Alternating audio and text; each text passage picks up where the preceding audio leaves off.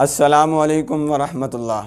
آپ دیکھ رہے ہیں ہمارا یوٹیوب چینل QS انفارمیشن اور میں ہوں علامہ عبدالرزاق سعیدی۔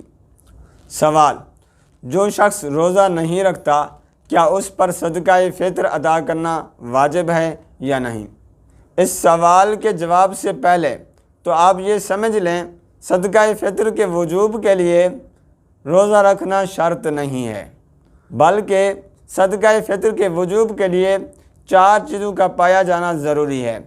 نمبر 1 مسلمان ہونا، نمبر 2 عاقل ہونا، نمبر 3 بالغ ہونا، نمبر 4 مالک نصاب ہونا۔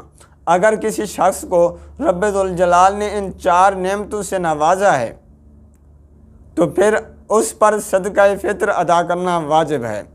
اب آتے ہیں اپنے سوال کی طرف کہ جو شخص روزہ نہیں رکھتا کسی عذر شرعی کی وجہ سے، مثلاً کوئی شخص مریض ہے، روزہ رکھنے کی طاقت نہیں ہے، یا کوئی شخص جناب والا بزرگ ہو چکا ہے جس کی عمر 60 سے 70 سال کے قریب پہنچ چکی ہے، اب روزہ رکھنے کی طاقت اور قوت نہیں رکھتا۔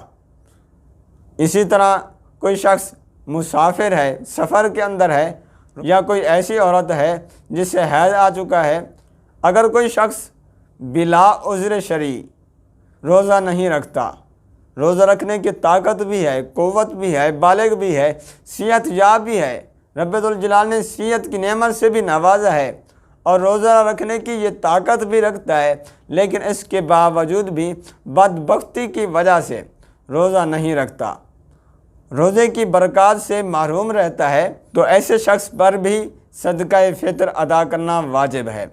رب تعالیٰ سے دعا کرتا ہوں کہ خالق کائنات ہم سب کو مسائل شرعی جان کر اس پر عمل کرنے کی توفیق نصیب فرمائے۔